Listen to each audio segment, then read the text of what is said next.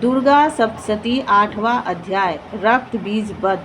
मैं अनिमा आदि सिद्धिमय किरणों से आविर्त भवानी का ध्यान करती हूँ। उनके शरीर का रंग लाल है, नेत्रों में करुणा लहरा रही है तथा हाथों में पास, अंकुश, बाण और धनुष शोभा पाते हैं। ऋषि कहते हैं, चंड और मुंड नामक दैत्यों के मारे जाने तथा बहुत सी सेना का संहार हो जाने पर दैत्यों ने राजा प्रतापी शुंभ के मन में बड़ा क्रोध आया और उसने दैत्यों की संपूर्ण सेना को युद्ध के लिए कूच करने की आज्ञा दी।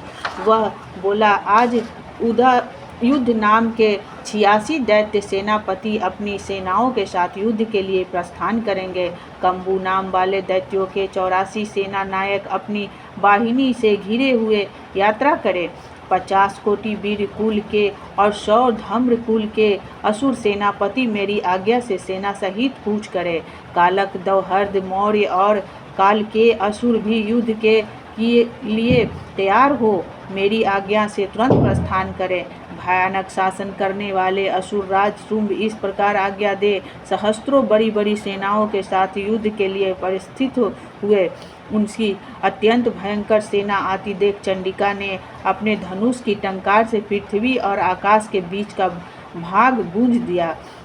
राजन, तदंतर देवी के सिंह ने भी बड़े जोर जोर से दहाड़ना आरंभ किया। फिर अंबिका ने घंटे के शब्द से उस ध्वनि को और भी बढ़ा दिया। धनुष की टंकार, सिंह की दहाड़ और घंटे की ध्वनि से संपूर्ण दिशाएं गूंज उठी।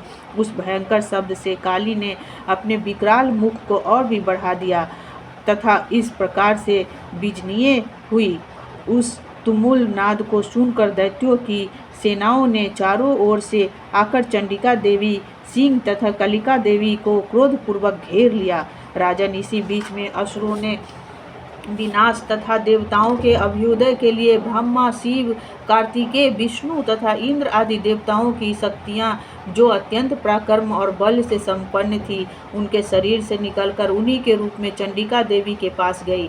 जिस देवता का जैसा रूप, जैसा वेशभूषा, वैसा ही वाहन, वैसे ही साधनों से संपन्न उनकी शक्ति असुरों से युद्ध करने के लिए आई। सबसे पहले हंस युक्त विमान पर बैठी हुई अक्ष, सूत्र और कमंडलू से सुशोभित ब्रह्मा जी की शक्ति उपस्थित हुई, जिसे ब्रह्मानी कहते हैं। महादेवी जी की शक्ति विषव पर आगूढ़ हो, हाथों में श्रेष्ठ त्रिशूल धारण किए, महानाग का कनक पहने, मस्तक में चंद्र रेखा से विभूषित हो वहां आ पहुंची। कार्तिकेय जी की शक्ति रूपा जगदम्बिका उन्हीं का रूप धारण किए श्रेष्ठ मयूर पर आरूढ़ हो, हाथ में शक्ति लिए दैत्यों से युद्ध करने के लिए आई। इसी प्रकार भगवान विष्णु की शक्ति गरुड़ पर विराजमान हो, शंख, चक्र, गदा, शंख, धनुष तथा खड़ग हाथ में लिए हुए वहां आई। अनुपम यज्ञवारह का रूप धारण करने वाले श्री हरि की जो शक्ति है, वह भी बड़ा शरीर धारण करके वहां उपस्थित हुई। नरसिंही शक्ति की नरसिंह के समान शरीर धारण करने के वहां आई। उनकी गर्दन के बालों के झटके से आकाश के तारे बिखर पड़ते थे। इसी प्रकार इंद्र की शक्ति वज्र हाथ में लिए गजराज ऐरावत बैठकर आई। उनके भी सहस्त्र नेत्र थे। इंद्र का जैसा रूप है वैसा ही उनका भी था। तदंतर उन देव शक्तियों से घिरे हुए महादेवी ने चंडिका से कहा, मेरी प्रसन्नता के लिए तुम शीघ्र ही इस असुरों का संहार करो। तब देवी के शरीर से अत्यंत भयानक और परम उग्र चंडिका का शक्ति प्रकट हुई और सैकड़ों गिड़ियों की भांति आवाज आने लगी। उस अपराजिता देवी ने धूमिल जटाओं वाले महादेव जी से कहा, भगवान, आप शुंभ निशुंभ के पास दूत बनकर जाइए और उन अत्यंत गर्वीले दानव शुंभ एवं निशुंभ दोनों से कहिए, साथ ही उनके अतिरिक्त भी जो दानव युद्ध के लिए वहां उपस्थित हो, उनको भी यह संदेश दीजिए, दैत्यों, यदि तुम जीवित रहना चाहते हो तो पाताल को लौट जाओ, इंद्र को त्रिलोकी का राज्य मिल जाए और देवता यज्ञ भाग का उपयोग करे। यदि बल के घमंड में आकर तुम युद्ध की अभिलाषा रखते हो तो आओ, मेरी सिवाय तुम्हारे कच्चे मांस से तुम तृप्त हो जाओ। चूंकि उन देवी ने भगवान शिव को दूत के कार्य में नियुक्त किया था, इसलिए वह शिव दूती के नाम से संसार में विख्यात हुई। वे महादैत्य भी भगवान शिव के मुख से देवी के वचन सुनकर क्रोध में भर गए और जहाँ कात्यायनी विराजमान थी उस ओर बढ़े। तदंतर वे दैत्य अशर्म में भरकर पहले ही देवी के ऊपर बाण, शक्ति और रिष्टि आदि अस्त्रों की वृष्टि करने लगे। तब देवी ने भी खेल खेल में ही धनुष की टंकार की और उनके छोड़े हुए बड़े बड़े बाणों द्वारा दैत्यों के चलाए हुए बाण, शूल, शक्ति और फरसों को काट डाला। फिर काली उनके आगे खड़े होकर शत्रुओं को शूल से प्रहार से विदीर्ण करने लगी और खटास बस से उनका कचुम्बन निकालती हुई रणभूमि में विचरने लगी। ब्राह्मणी भी जिस ओर दौड़ती उसी ओर अपने कमंडलू का जल छिड़क कर शत्रुओं के ओज और पराक्रम को नष्ट कर देती। माहेश्वरी ने त्रिशूल से तथा वैष्णवी ने चक्र से और अत्यंत क्रोध में भरी हुई कुमार कार्तिकेय की शक्ति से दैत्यों का संहार आरंभ किया। इंद्र शक्ति के वज्र प्रहार से विदीर्ण हो सैकड़ों दैत्य दानव रक्त की धारा बहाते हुए पृथ्वी पर सो गए। बाराही शक्ति ने कितनों को अपनी थुथुन की मार से नष्ट किया।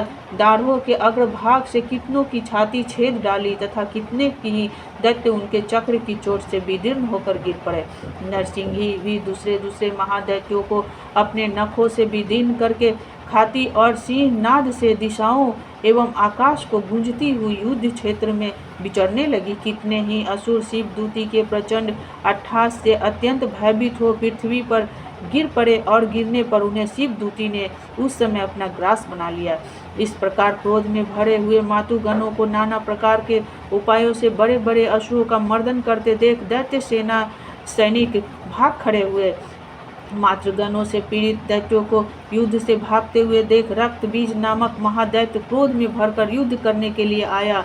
उसके शरीर से जब रक्त की बूंद पृथ्वी पर गिरी तब उसी के समान शक्तिशाली एक दूसरा महादैत्य पृथ्वी पर पैदा हो जाता है। महिषासुर रक्त बीज हाथ में गदा लेकर इंद्र शक्ति के साथ युद्ध करने लगा। तब इंद्री ने अपने वज्र से रक्त बीज को मारा। वज्र से घायल होकर उसके शरीर से बहुत सा रक्त चूने लगा और उससे उसी के समान रूप तथा पराक्रम वाले योद्धा उत्पन्न होने लगे। उसके शरीर से रक्त बीज की जितनी बूंदें गिरी उतने ही पुरुष उत्पन्न हो गए। वे सब रक्त बीज के नाम से ही वीर्यवान, बलवान तथा पराक्रमी थे। वे रक्त से उत्पन्न होने वाले पुरुष भी अत्यंत भयंकर अस्त्र शस्त्रों का प्रहार करते हुए वहां मातृगणों के साथ घोर युद्ध करने लगे। पुनः वज्र के प्रहार से जब उनका मस्तक घायल हुआ तब रक्त बहने लगा और उससे हजारों पुरुष उत्पन्न हो गए। वैष्णवी ने युद्ध में रक्त बीज पर चक्र का प्रहार किया तथा इंद्री ने उस दैत्य सेनापतियों को गदा से चोट पहुंचाई। वैष्णवी के चक्र से घायल होने पर उनके शरीर से जो रक्त बहा और उससे जो उसी के बराबर आकार वाले सहस्त्र महादैत्यों प्रकट हुए, उनके द्वारा संपूर्ण जगत व्याप्त हो गया। कौमारी ने शक्ति से, बारही ने खड़ग से और महेश्वरी ने त्रिशूल से महादैत्य रक्त बीज को घायल कर दिया। क्रोध में भरे हुए उस महादैत्य रक्त बीज ने भी गदा से सभी मातृ शक्तियों पर पृथक पृथक प्रहार किए। शक्ति और शूल आदि से अनेक बार घायल होने पर जो उसके शरीर से रक्त बीज की धारा पृथ्वी पर गिरी उसी से भी निश्चय ही सैकड़ों असुर उत्पन्न हुए। इस प्रकार उस महादैत्य के रक्त से प्रकट हुए असुरों द्वारा संपूर्ण जगत व्याप्त हो गया। इससे उन देवताओं को बड़ा भय हुआ। देवताओं को उदास देख चंडिका ने काली से शीघ्रतापूर्वक कहा, चामुंडे तुम अपना मुख और भी फैलाओ तथा मेरे शस्त्रपात से गिरने वाले रक्त बिंदुओं और उनसे उत्पन्न होने वाले महादैत्यों को तुम अपने इस उतावले मुख से खा जाओ। इस प्रकार रक्त से उत्पन्न होने वाले महादैत्यों का भक्षण करती हुई तुम रण में विचरती रहो। ऐसा करने से उस दैत्य का सारा रक्त छीन हो जाने पर वह स्वयं भी नष्ट हो जाएगा। उन भयंकर दैत्यों को जब तुम खा जाओगी तब दूसरे नए दैत्य उत्पन्न नहीं हो सकेंगे। काली से यूं कहकर चंडिका देवी ने शूल से रक्त बीज को मारा और काली ने अपने मुख में उसका रक्त ले लिया। तब उसने वहां चंडिका पर गदा से प्रहार किया, किंतु उस गदापात ने देवी को तनिक भी वेदना नहीं पहुंचाई। रक्त बीज के घायल शरीर से बहुत सा रक्त गिरा, किंतु जो ही वह गिरा त्यों ही चामुंडा ने उसे अपने मुख में ले लिया। रक्त गिरने से काली के मुख में जो महादैत्य उत्पन्न हुए उन्हें भी वह चट कर गई और उसने रक्त बीज का रक्त भी पी लिया। तदंतर देवी ने रक्त बीज को, जिसका रक्त चामुंडा ने पी लिया था, वज्रबाण, खड़ग तथा रिष्टि आदि से मार डाला। राजन, इस प्रकार शस्त्रों के समुदाय से आहत एवं रक्तहीन हुए महादैत्य रक्त बीज पृथ्वी पर गिर पड़ा। नरेश्वर, इससे देवताओं को अनुपम हर्ष की प्राप्ति हुई और मातृगण उन असुरों के रक्तपान के मद से उद्यत सा होकर नृत्य करने लगा। इस प्रकार मार्कंडेय महापुराण में सर्वानिक मन्वंतरी कथा के अंतर्गत देवी महात्म्य में रक्त बीज वध नामक 8वां अध्याय पूरा हुआ।